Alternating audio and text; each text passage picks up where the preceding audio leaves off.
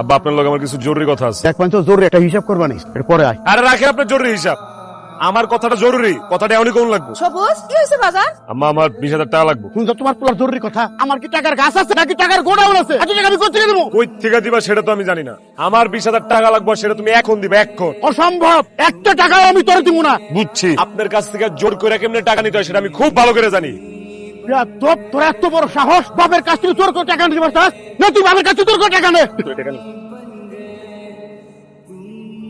আম্মা ওর নাম ফারজানা, আমরা একটু আগেই বিয়ে করছি, এখন থেকে ও তোমাদের ছেলের বউ, ওরে তোমরা মাইনা না। বাজান তুই কোনো কিছু চিন্তা করিস না, তুই আর তোর বউ আমাকে বাড়িতেই থাকবে। সবুজ তোমার বাপের বাড়িতে তুমি থাকতে পারো, আমি কি এখানে থাকতে পারবো না? এই বাড়িতে তুমি থাকতে পারবে না কেন? কারণ এটা তোমার বাড়ি না, এটা তোমার বাপের বাড়ি। তোমার বাপের বাড়িতে তো আমি থাকতে পারবো না। ঠিক আছে, আমার বাপের বাড়ি তুমি তোমার রাখবো, কালকে সকালে আমি আলাদা আসা পারবো, দোহাই লাগে আমার আজকের রাত একটু সময় দিন। ঠিক আছে, আজকে রাতটা সময় দিলাম, কিন্তু কালকে দিনের মধ্যে যদি আমার আরেকটা থাকার ব্যবস্থা করতে না পারো, আমি কিন্তু তোমার রাইট চলে যাবো কয়ে দিলাম।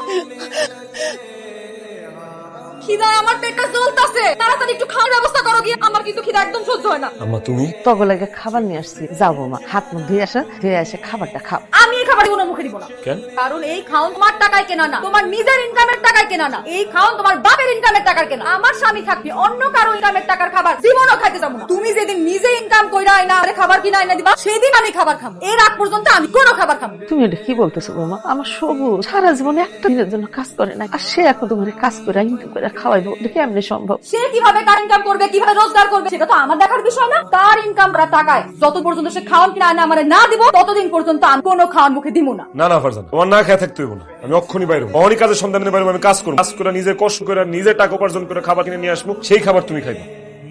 বন্ধু আমার তো একটু সদাই বাতি লাগবে রে। কি নিবি? বেশি কিছু না, 2 কেজি চাইল, আধা কেজি ডাল, 1 কেজি আলু আর একটা সয়াবিন তেল দিয়ে। সব মিলে তো 450 টাকা। টাকা দে, আমি সব দিতেছি। আমার কাছে তো টাকা নেই রে ভাই, আমারে সদাই বাকিতে দে, আমি তোর কিছুদিন পরে টাকা দিয়ে দিব। কিছুদিন পর কেন? কয়েক জনমেও তোমার টাকা দিতে পারবি, কারণ তোর বাপ তোর বাড়ি থেকে বাইর করে দিছে, আর বউ নিয়ে তুই থাকো আলাদা, কোনো কাজ করছ না, কিছু করছ না, বাদ মতো ঘোরাফেরা করছ, তুই আমার টাকা দিবি কোথেকে? আমি যদি বাড়িতে চাইল ডাল না নিয়ে যাই তাহলে আমি বউয়ের কাছে ছোট হয়ে যাবো। আচ্ছা 2 কেজি নাও, তুই 1 কেজি চাইল তো আমার বাকি দে ভাই। 1 কেজি কেন? একটা দানা চাউল আমি তোর বাকি দিব না। যা যা তো এখান থেকে। আরে কত ভাত তরকারি আমি নষ্ট করছি, না খায় ফেলায় দিছি। আব্বা আম্মা আমার খোঁজ করতো যে এমনি খাওয়ার অপচয় করিস, এখন বুঝতেছি খাওয়ানোর কি দাম, কি মূল্য।